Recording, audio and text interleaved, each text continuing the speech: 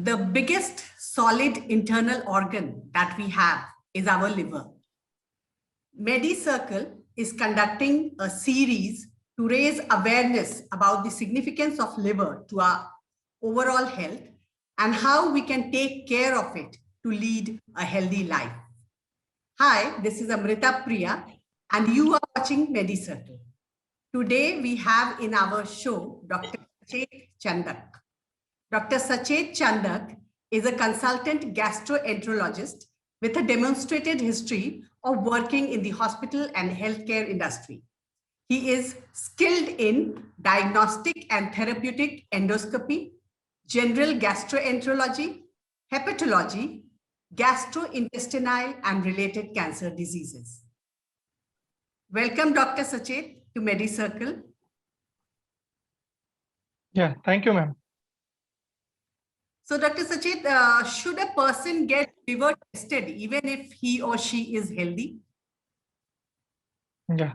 First of all, a very warm good afternoon to all the viewers. With the World Liver Day coming up shortly, it's a good time to discuss about the problems faced by people about the liver diseases. So the question is, should I get my liver tested even if I'm healthy? So Yes. the answer is yes. So now the question is, why do we have to do that? So the problem with liver diseases is majority of the times the liver diseases are asymptomatic to begin with. Mhm. And when they become symptomatic, we have already reached the advanced liver disease. So we can say we missed the bus if we wait for the symptoms uh, to begin. So to tackle this problem, we have to identify patients or people who are at high risk of developing liver diseases. So one by one, I'll speak about which people are at high risk of developing liver diseases. Okay. First of all, people who are consuming significant alcohol, so which goes for like more than a drink per day, so who are regular drinkers. Secondly, obesity or overweight patients. So this is becoming like an epidemic now. It began in the West initially, and now we get to see a lot of this problem in India also. Uh, because of the lifestyle, people are gaining more and more weight and becoming obese. Thirdly, diabetes. So actually, this goes hand in hand with obese patients. So we get Mhm. to see diabetes and obesity together. Uh, Now I'll come to a little unfrequent but important causes are patients or people who are IV drug abusers, have multiple sexual partners. So these are Mhm. basically high risk for developing hepatitis B and hepatitis C. Patients who are having a family history of hepatitis B or hepatocellular cancer. And one more important point which we face or we come across in regular practice is people who have received blood, like blood transfusion in the 1980s and 90s, when the Mhm. hepatitis C virus was yet to be discovered. So they were not screened that time. The blood products were not screened that time for these things. And that is why we get to see a lot of hepatitis C nowadays. So basically, Mhm. these are the high risk groups who should undergo liver screening.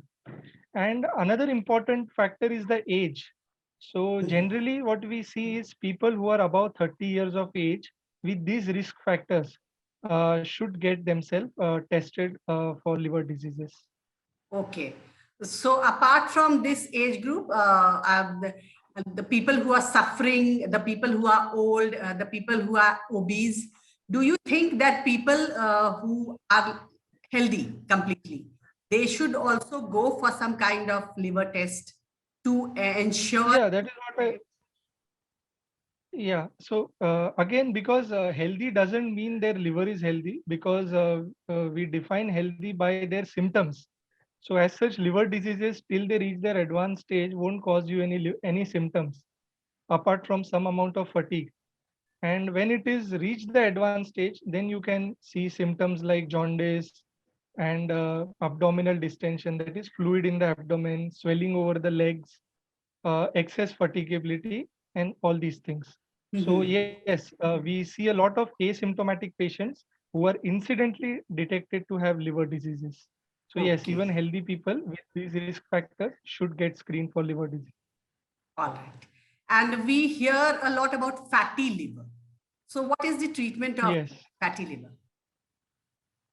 So by fatty liver, I understand it's a very broad term. So I understand non-alcoholic fatty liver disease, which is on a rise nowadays, mainly in the urban population. So if you exclude alcohol, like people who are not consuming alcohol and still have fatty liver, so how do you treat them? So this population is mainly who are obese, are diabetic, having a sedentary lifestyle. So the best and the definitive treatment for fatty liver is diet and exercise. So again, we come back to the same point of lifestyle modification. uh, People who are obese and have fatty liver, like their LFTs are normal and they have no fibrosis in the liver, which is excluded by doing a fibroscan nowadays. So Mhm. only isolated fatty liver, it is advisable for them to lose 5% of their body weight.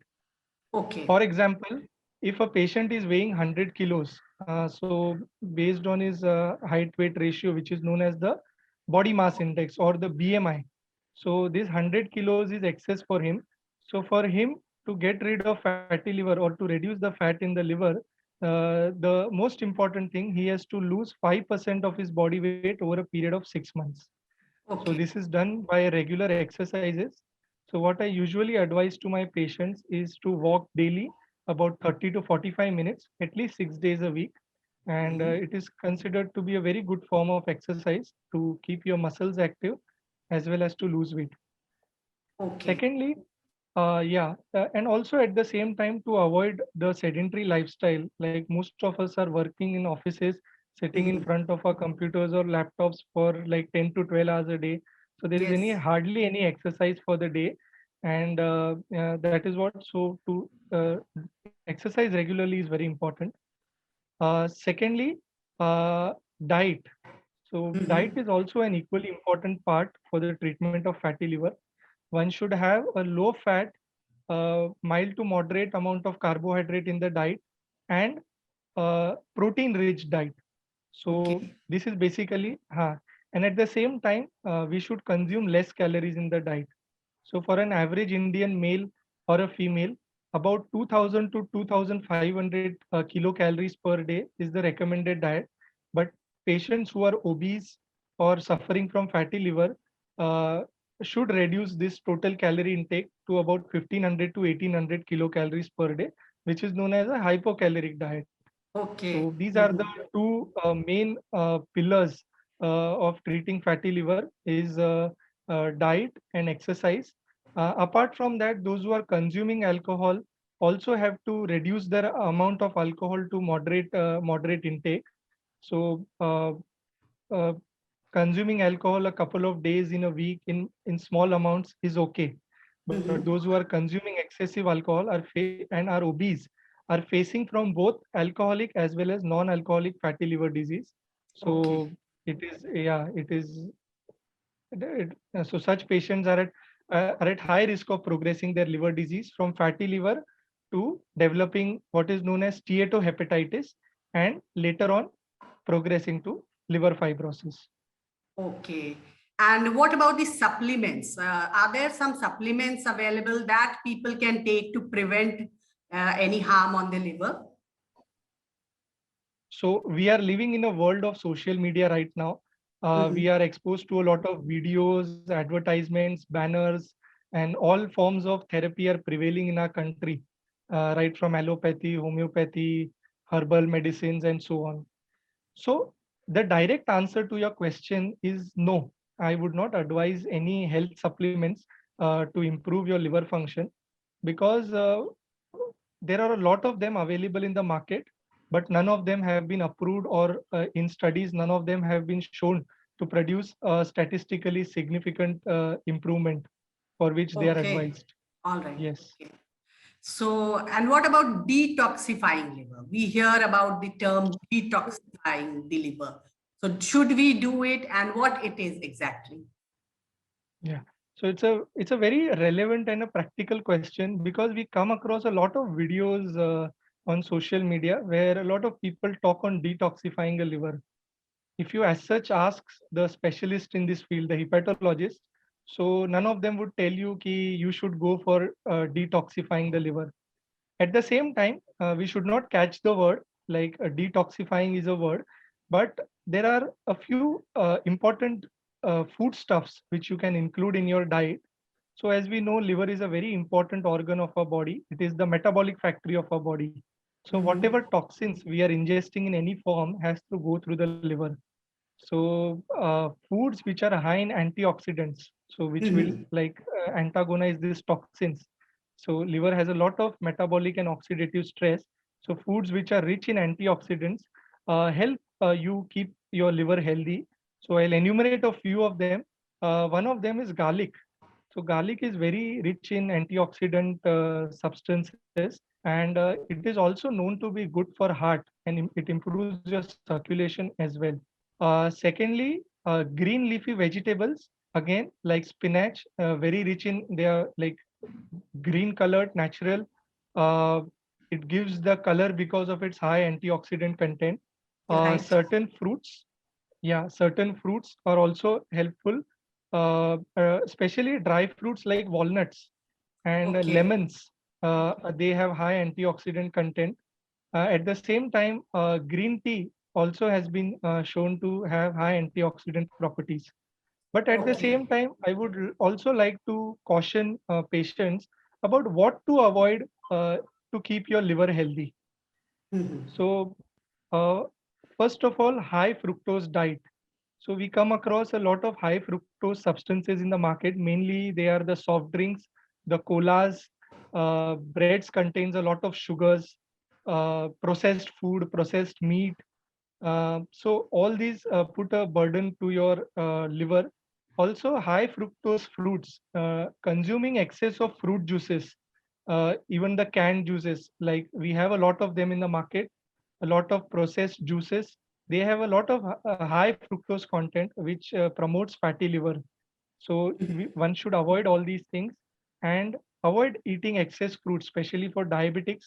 Mangoes and watermelons and apples in a small quantity they are okay, but just at the sake of promoting your health, this can harm your liver when taken in high quantity. uh, Reduce the intake of alcohol. uh, okay, and lastly, there are certain products available in the market, like people who are working out, they are bodybuilders and doing a lot of gym. They have been advised by some people to take anabolic steroids to increase their muscle mass. But at the same time, these anabolic steroids are very harmful to the liver. In fact, we have seen cases of liver failure happening because of anabolic steroids. They are given in the name of health supplements, or substances to increase your muscular build. So one should be very careful with these supplements because they are easily available over the counter, and they are preached and publicized by many non-experts in the field. Yeah. Right. So, Doctor, it was a very insightful session with you on liver. What learn is, or what the suggestion that we take from this session is that there are certain social media terms like detoxifying liver or liver supplements, which we should not go into. Rather, we should maintain a healthy lifestyle and go for regular checkups, and that would be fine to keep our liver healthy, isn't it? Certainly, that was perfectly summarized. Yeah. Balanced lifestyle, yes, that is the way to go. Okay. So thank you so much, Doctor. Thanks for the insightful session.